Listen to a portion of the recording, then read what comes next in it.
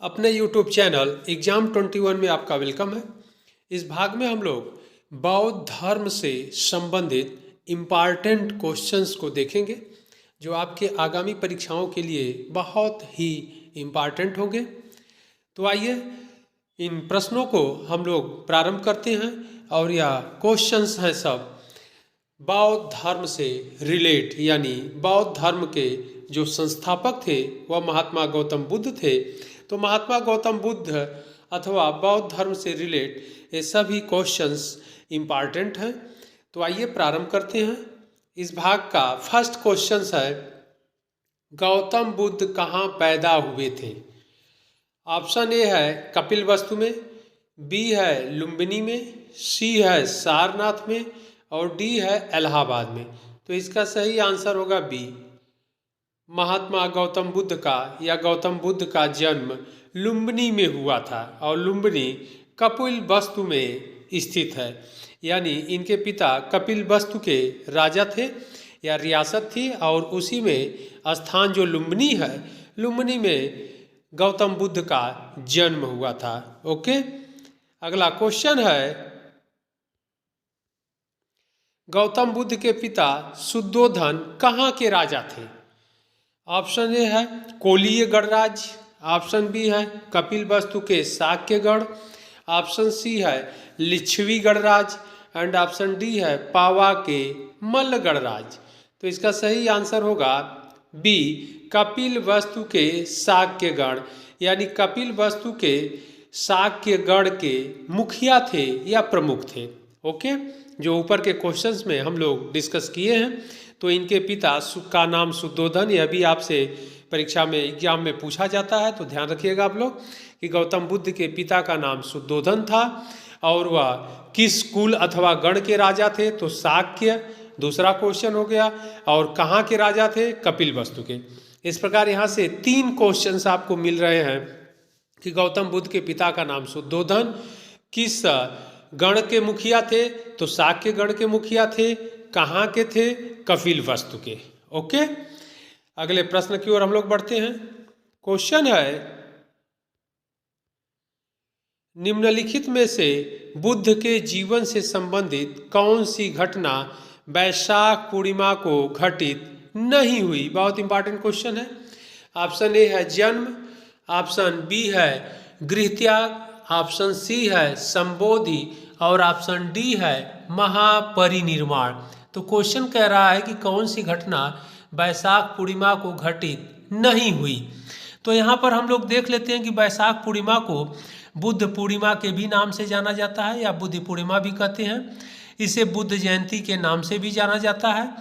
और महात्मा गौतम बुद्ध कठिन तपस्या के पश्चात वैशाख पूर्णिमा की रात को ही एक पीपल के वृक्ष के नीचे उन्हें ज्ञान की प्राप्ति हुई, यानी ज्ञान को बोधि अथवा संबोधि कहते हैं। इस बात को ध्यान देना है। और इसके बाद पूर्णिमा के दिन ही महात्मा गौतम बुद्ध को महापरिनिर्वाण की प्राप्ति हुई।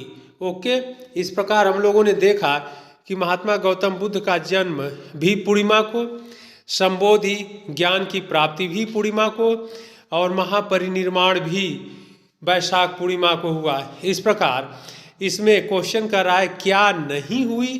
तो इसका आंसर होगा गृहत्याग। गृहत्याग वैशाख पूर्णिमा को यह घटना नहीं घटी, अपितु जन्म भी सही है, संबोधि ज्ञान भी सही है और महापरिनिर्वाण भी सही है। महापरिनिर्वाण से तात्पर्य है महात्मा गौतम बुद्ध की मृत्यु, यानी बौद्ध धर्म में महात्मा गौतम की मृत्यु को महापरिनिर्वाण कहा गया है। ओके, अगला क्वेश्चन हम लोग देखते हैं, बुद्ध को ज्ञान कहाँ प्राप्त हुआ था? ऑप्शन ए है बनारस, ऑप्शन बी है कुशीनगर एंड ऑप्शन सी है सारनाथ एंड ऑप्शन डी है गया। तो ज्ञान की प्राप्ति उन्हें कहाँ हुई? डी, गया में, और गया का ही नाम ज्ञान प्राप्ति के पश्चात बोधि गया पड़ गया। ओके, अगला क्वेश्चन है, भगवान बुद्ध ने अपना प्रथम धर्मोपदेश कहाँ दिया था? ऑप्शन ए है ऋषिपत्तन में, ऑप्शन बी है बोध गया में, एंड ऑप्शन सी है श्रावस्ती में, एंड ऑप्शन डी है पाटलिपुत्र में। तो इसका सही आंसर होगा ऋषिपत्तन में, और इसी का नाम सारनाथ भी है, ध्यान रखिएगा। ऋषिपत्तन यानी ऋषियों का स्थान, ध्यान रखना है, तो यह इम्पॉर्टेंट है। इसी का नाम सारनाथ भी है। तो महात्मा गौतम बुद्ध ने ज्ञान प्राप्ति के पश्चात अपना प्रथम उपदेश ऋषिपत्तन में दिया। ओके, अगला क्वेश्चन है, गौतम बुद्ध द्वारा प्रथम प्रवचन कहाँ दिया गया? क्वेश्चन वही है, ध्यान रखना है। ऑप्शन ए है पाटलिपुत्र, बी है मगध, सी है श्रवण बेलगोला, और डी है सारनाथ। तो इसका सही आंसर होगा सारनाथ। ओके, अगला क्वेश्चन है, निम्नलिखित में से किसे शाक्य मुनि के नाम से भी जाना जाता है? ऑप्शन ए है महावीर स्वामी, ऑप्शन बी है शंकराचार्य, ऑप्शन सी है Gautam Buddha, and option D है इनमें से कोई नहीं। तो इसका सही आंसर होगा सी, गौतम बुद्ध। गौतम बुद्ध, महात्मा गौतम बुद्ध को शाक्य मुनि के नाम से भी जाना जाता है, इसलिए कि यह शाक्य वंश से रिलेट थे या शाक्य वंश से संबंधित थे। ओके, इसीलिए इन्हें शाक्य मुनि के नाम से भी पुकारा गया या जाना जाता है। अगला क्वेश्चन है, बौद्ध धर्म को स्वीकार करने वाली प्रथम महिला कौन थी? ऑप्शन ए है यशोधरा, बी है महामाया, सी है बिंबा, एंड डी है गौतमी। तो इसका सही आंसर होगा डी, प्रजापति गौतमी। ओके, बौद्ध धर्म को स्वीकार करने वाली प्रथम महिला उनकी मौसी थी, जिनका नाम महाप्रजापति गौतमी था। ओके, और यहाँ पर ध्यान रखना है, यह भी क्वेश्चन आपसे पूछ देता है कि बौद्ध धर्म में या बौद्ध संघ में जो स्त्रियों का प्रवेश हुआ किस स्थान पर हुआ? तो वैशाली। ध्यान रखना है कि महात्मा गौतम बुद्ध ने उस समय वैशाली में थे और वहीं पर बौद्ध संघ में स्त्रियों का प्रवेश हुआ। तो यह भी क्वेश्चन पूछ देता है कि किस स्थान पर बौद्ध संघ में स्त्रियों का प्रवेश हुआ या प्रारंभ हुआ? तो वैशाली। और प्रथम महिला जो थी, प्रथम स्त्री थी, वह गौतमी थी। तो बहुत इंपॉर्टेंट यह दोनों क्वेश्चन है, आप लोग इसको ध्यान रखिएगा। अगला क्वेश्चन है, बौद्ध भिक्षुणी संघ में सर्वप्रथम किसे प्रवेश मिला? अब यहाँ पर भी वही क्वेश्चन है कि बौद्ध भिक्षुणी संघ में, तो संघ दो लोगों का होता था, एक पुरुष का होता था जिसे भिक्षु कहते थे, एक स्त्रियों का होता था जिसे भिक्षुणी कहते थे। तो स्त्रियों के संघ को भिक्षुणी कहते थे। इस प्रकार बौद्ध भिक्षुणी संघ में सर्वप्रथम किसे प्रवेश मिला था? ऑप्शन ए है महाप्रजापति गौतमी, ऑप्शन बी है विशाखा, ऑप्शन सी है यशोधरा, एंड ऑप्शन डी है आम्रपाली। तो इसके सही आंसर होगा ए, महाप्रजापति गौतमी। बौद्ध भिक्षुणी संघ में सर्वप्रथम प्रवेश इन्हीं को मिला था। और बौद्ध संघ में दूसरी महिला का जो एंट्री हुआ था वह थी आम्रपाली। बहुत इंपॉर्टेंट है, ध्यान रखिएगा। आम्रपाली भी बौद्ध संघ में प्रवेश पाई, कहाँ पर? वैशाली में ही। तो इन दोनों महिलाओं का, महाप्रजापति गौतमी और आम्रपाली, इन दोनों लोगों की एंट्री वैशाली नामक स्थान पर हुई थी, यह इंपॉर्टेंट है। और आम्रपाली गणिका थी, इस बात को ध्यान रखिएगा। कई बार परीक्षाओं में पूछा जाता है कि कौन, महाप्रजापति गौतमी और आम्रपाली का नाम ऐसे नहीं पूछा जाता है, पूछा जाता है बौद्ध संघ में प्रवेश पाने वाली पहली गणिका कौन थी, तब वहाँ पर आम्रपाली को आप लोगों को ट्रिक करना पड़ेगा, न कि प्रजापति गौतमी। प्रजापति गौतमी का नाम कर देंगे तो गलत हो जाएगा। इसलिए क्वेश्चन को हमेशा आप लोग ध्यान रखिएगा कि अगर बौद्ध संघ में प्रथम महिला का प्रवेश पूछे तो महाप्रजापति गौतमी ट्रिक करना है। अगर बौद्ध संघ में प्रथम गणिका का प्रवेश पूछे तब आप लोगों को ऐसे कंडीशन में आम्रपाली को ट्रिक करना है। ओके, अगले प्रश्न की ओर हम लोग बढ़ते हैं। क्वेश्चन है, प्रथम बौद्ध संगीति का अध्यक्ष कौन था? ऑप्शन ए है थेरियस, ऑप्शन बी है महाकश्यप, ऑप्शन सी है मोगलीफुत्तिस्क, ऑप्शन डी है वसुमित्र। तो इसका सही आंसर होगा बी। ओके, अगले प्रश्न की ओर बढ़ते हम लोग। क्वेश्चन है निम्नलिखित में से किस शासक के काल में तृतीय बौद्ध संगीति का आयोजन किया गया? ऑप्शन ए है कालाशोक, ऑप्शन बी है अशोक, ऑप्शन सी है कनिष्क एंड ऑप्शन डी है हर्ष। तो यहाँ पर क्वेश्चन कह रहा है कि निम्नलिखित में से किस शासक के काल में तृतीय बौद्ध संगीति का आयोजन किया गया था? तो वह शासक अशोक।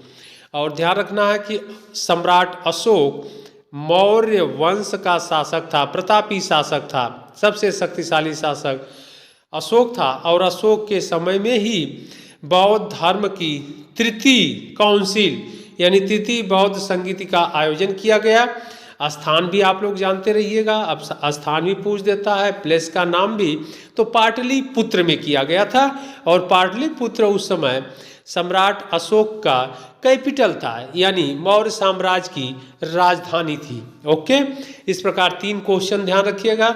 सम्राट अशोक मौर्य वंश का शासक था, प्रतापी राजा था और इसके समय में तीसरी बौद्ध संगीति का आयोजन किया गया। स्थान पाटलिपुत्र। ओके, अगला क्वेश्चन है बौद्ध संघ से संबंधित चतुर्थ बौद्ध संगीति के अध्यक्ष थे, यानी 4th काउंसिल के अध्यक्ष कौन थे? ऑप्शन ए है वसुमित्र, ऑप्शन बी है अश्वघोष, ऑप्शन सी है महाकश्यप एंड ऑप्शन डी है मोगलीपुत्तिस। तो इसका सही आंसर होगा ए। ओके, यानी चतुर्थ यानी 4th बौद्ध काउंसिल की अध्यक्षता किसने किया था? तो वसुमित्र ने किए थे। ओके, अगला क्वेश्चन, और यहाँ पर ध्यान रखिएगा, जबकि तृतीय बौद्ध संगीत की अध्यक्षता मोगलीपुत्तिस्क ने किया था। यह भी क्वेश्चन इंपॉर्टेंट है, बार बार एग्जाम में आता है। ओके, अगला क्वेश्चन है वह कौन सा ग्रंथ है जिसमें बुद्ध की कुशीनगर की अंतिम यात्रा का वर्णन है? बहुत इंपॉर्टेंट क्वेश्चन है कि महात्मा गौतम बुद्ध के कुशीनगर के अंतिम यात्रा का वर्णन या उल्लेख किया गया है। ऑप्शन ए है महापरिनिर्वाण सूत्र, ऑप्शन बी है जातक कथाएं, ऑप्शन सी है ललित विस्तार एंड ऑप्शन डी है बुद्ध चरित्र। तो इसका सही आंसर होगा महापरिनिर्वाण सूत्र। महापरिनिर्वाण सूत्र में महात्मा गौतम बुद्ध के कुशीनगर की यात्रा का अंतिम उल्लेख किया गया है। ओके, या अंतिम यात्रा का वर्णन किया गया है। अगला प्रश्न है त्रिपिटक क्या थे? ओके, त्रिपिटक क्या थे? ऑप्शन ए है सैन्य अधिकार, ऑप्शन बी है धर्म ग्रंथ, ऑप्शन सी है कर यानी टैक्स और ऑप्शन डी है राजमहल के अधिकारी। तो यहाँ पर ध्यान रखना है कि इसका सही आंसर होगा बी। त्रिपिटक बौद्ध धर्म में उनके जो धार्मिक ग्रंथ थे उनका नाम था। और त्रिपिटक इसलिए रखा गया कि इनकी संख्या 3 थी, यानी 3 थी। उनका नाम था विनय पिटक, सुत पिटक और अभिधम्म पिटक। तो जानते रहिएगा आप लोग, यह भी एग्जाम में पूछ देता है कि पहला, इसीलिए इन 3 पिटकों को मिला करके त्रिपिटक कहा गया। और त्रिपिटक बौद्ध धर्म के धार्मिक ग्रंथ हैं। पहला है विनय पिटक, दूसरा है सुत पिटक और तीसरा है अभिधम्म पिटक। ओके, अगला क्वेश्चन है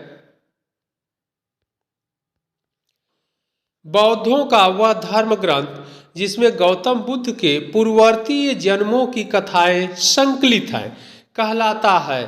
ऑप्शन ए है जीविक, ऑप्शन बी है जातक, ऑप्शन सी है विनय पिटक और ऑप्शन डी है उपर्युक्त में से कोई नहीं। तो यहाँ सही आंसर होगा जातक। जातक ग्रंथों में गौतम बुद्ध के पूर्ववर्ती जन्मों की कथाएं संकलित हैं अथवा वर्णित हैं। ओके, अगला क्वेश्चन है निम्नलिखित में से कौन सा स्थान बौद्ध धर्म से संबंधित नहीं है? और कौन सा स्थान बौद्ध धर्म से संबंधित नहीं है, हमेशा आप लोग ध्यान रखिएगा, क्योंकि एग्जाम में है अथवा नहीं है करके क्वेश्चन काफ़ी गलत करवा देता है। इजी क्वेश्चंस आप लोग गलत कर देते हैं, तो इसलिए है शब्द और नहीं है पर आप लोग विशेष फोकस करिएगा, ध्यान रखिएगा। क्वेश्चन को एक बार फिर देख लेते हैं। निम्नलिखित में से कौन सा स्थान बौद्ध धर्म से संबंधित नहीं है? ऑप्शन ए है नालंदा, ऑप्शन बी है सोमनाथ, ऑप्शन सी है सारनाथ और ऑप्शन डी है बोध गया। तो यहाँ पर ध्यान रखना है, बोध गया तो महात्मा गौतम बुद्ध को ज्ञान की प्राप्ति हुई थी, यह रिलेट है। सारनाथ इसलिए संबंधित है कि यहाँ पर उन्होंने फर्स्ट यानी पहला उपदेश दिया था। नालंदा बौद्ध धर्म में के शिक्षा का प्रमुख केंद्र था और सोमनाथ इससे संबंधित नहीं है, तो इसमें संबंधित कौन नहीं होगा? सोमनाथ नहीं होगा। ओके,